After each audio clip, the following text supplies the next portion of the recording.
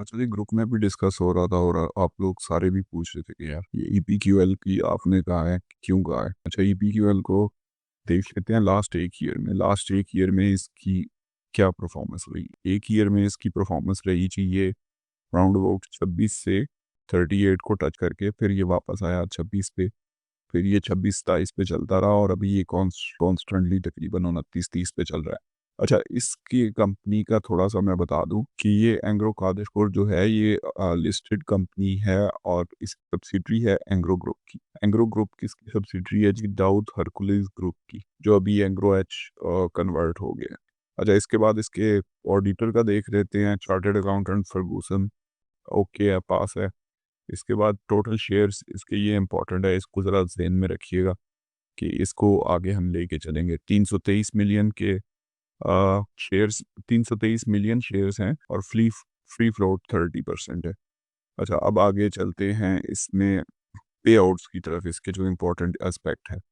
इसका पे आउट क्या है? 25% और 25 तकरीबन 100% और ये 5 105 हो गया और ये 75, ये 25, तो ये 130% ये इसने तकरीबन दिया है लास्ट एक साल के अंदर अंदर, तकरीबन एक साल के अंदर अंदर। अगर मैं इस 24 वाले को भी निकाल दूं तो फिर भी ये बनता है 100%, 105%।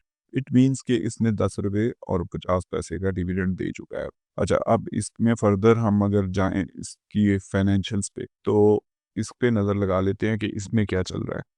अभी जो इसकी अर्निंग्स हैं वो लास्ट क्वार्टर से 24 के बाद इसकी गिरी हैं। गिरने की वजह क्या थी? ये आईपीबीज के जो कॉन्ट्रैक्ट रिवाइज हुए, 3 रुपये 91 पैसे की, फिर ये 1 रुपये 19 की, अभी 23 पैसे की, 1 रुपये 21 की। अभी जब फ्यूचर में जाके न्यू कॉन्ट्रैक्ट्स के अगेंस्ट ये रेट डालेंगे, जो मुझे लग रहा है कि ये इम्प्रूव होंगी। अभी भी जो रेट्स हैं, अभी भी आप लोगों ने एक लास्ट अनाउंसमेंट देखी होगी कि उसमें अभी तक उन्होंने वो नहीं कहा कि यार फाइनल क्या आ रहा है, फाइनल रेट क्या है। अभी तक अप्रूवल पेंडिंग में है। एक अनाउंसमेंट भी आई थी कि फलानी जगह से होगी, या फलानी जगह में पेंडिंग है। सो इसके देख लेते हैं कि फाइनेंशियल्स क्या कह रहे हैं। अच्छा, सबसे पहले वही चीज़ जो हम कहते हैं कि यार इसकी इक्विटी कैलकुलेट कर लेते हैं। इक्विटी क्या है जी इसकी?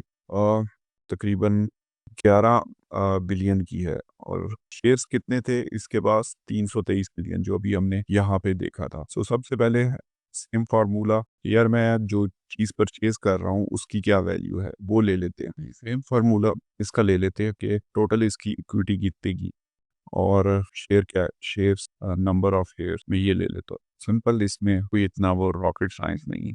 अच्छा, नंबर ऑफ शेयर्स मैं इसके ले रहा हूँ यहाँ से, ये ले लिए नंबर ऑफ शेयर्स, और इसकी जो इक्विटी थी उसकी मैं वैल्यू ले लेता हूँ यहाँ से।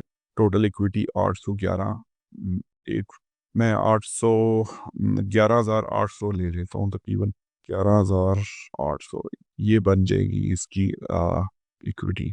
यो मैं एग्जैक्ट फिगर नहीं ली, राउंड ऑफ कर लिए, 19-20 का फ़र्क ही हो। तो अगर मैं इसकी इक्विटी की बात करूँ तो इसकी इक्विटी, एक ज़ीरो और है यहाँ पे, ये है। तो इसकी इक्विटी की बात करूँ तो जो बुक वैल्यू पर शेयर है वो राउंड अबाउट 36 रुपीज़ की है। तो आप लोग कह रहे थे ना कि यार नहीं होता मार्केट में इस रेट पे, ऐसे नहीं होता, बुल रन चल रहा है, ये चल रहा है, वो चल रहा है। तो ये 36 के राउंड अबाउट आ रही है।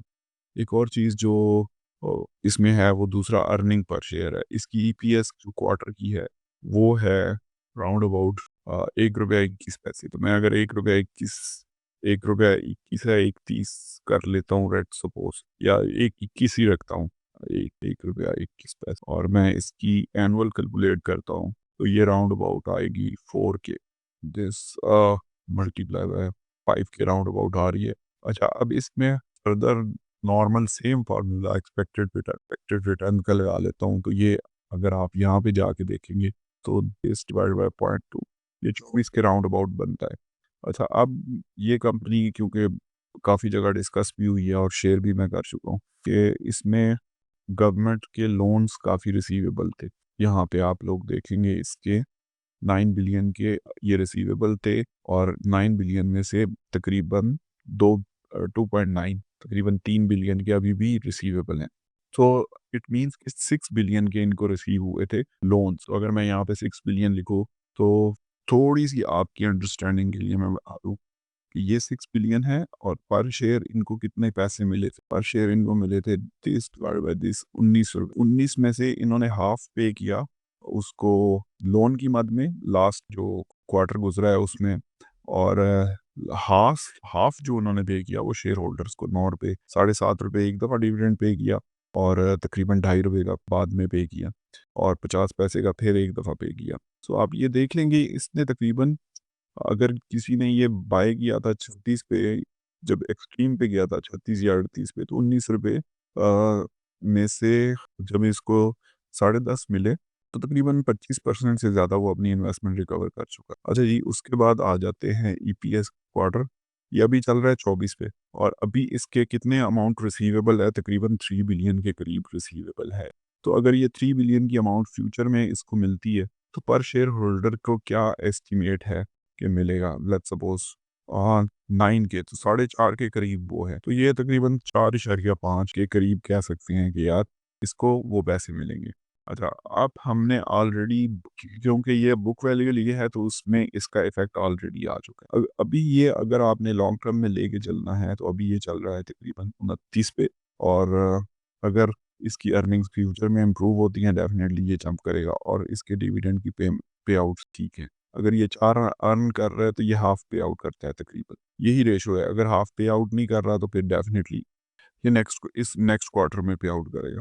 और लेकिन जो इनकी एक प्रैक्टिस और भी है कि ये लोन लेके पे आउट करते हैं। जब ये लोन लेके पे आउट करेंगे तो आपको तो पे आउट हो जाएगा, लेकिन कंपनी के केस में एक एक्सपेंस आ जाएगा, और उसको ये लोग टैक्स बेनिफिट के लिए काफ़ी अच्छा यूज़ कर। सो पहले भी कहा था, अभी भी यही कह रहा हूँ कि इस कंपनी में अभी भी पोटेंशियल है। एंग्रो ग्रुप का पार्ट है और अर्निंग्स इसकी इम्प्रूव होने की चांसेस है। बाकी हर किसी की डिसीजन मेकिंग है। अगर इस पे अब अभी आप लेते हैं, लेट्स सपोज 29 29 पे आपको रिटर्न क्या मिलेगा जी? 16% के राउंड अबाउट ये रिटर्न जा रहा है, लेकिन क्योंकि प्राइस इसकी इतनी ज़्यादा फ्लक्चुएट नहीं होती, तो आप ये कह सकते हैं कि यार ये रिटर्न्स सॉर्ट ऑफ रीजनेबल हैं, रिस्कियर कम है एज कम्पेयर टू बीको शिको और वो सारी कंपनीज जो ऑलरेडी डिस्कस हो चुकी। अगर यहाँ पे भी मैं आप देखेंगे तो ये डिविडेंड की अनाउंसमेंट के करीब जंप आता है, फिर ये डाउन है, फिर उसके बाद ये अप है डिविडेंड, क्योंकि ज़्यादा अनाउंस हो गया था, और उसके बाद ये फिर डाउन है, उसी लेवल पे आके खड़ी है। सो अभी यही तकरीबन 29 का लेवल चल रहा है, 29-30 का, तो यहाँ से ये अब फ्यूचर में निकलेगी। एक और चीज़ जो बता दूँ इसके बारे में, अभी शरिया की न्यूज़ चल रही थी कि ये शरिया कंप्लायंट, असर कुछ नहीं पड़ता उससे, लेकिन एक वो कुछ लोगों के जहन में होता है, तो वो उस तरह से बाइंग सेलिंग कर। चले जी, बाकी कोई क्वेश्चन हुआ तो काइंडली कमेंट कर।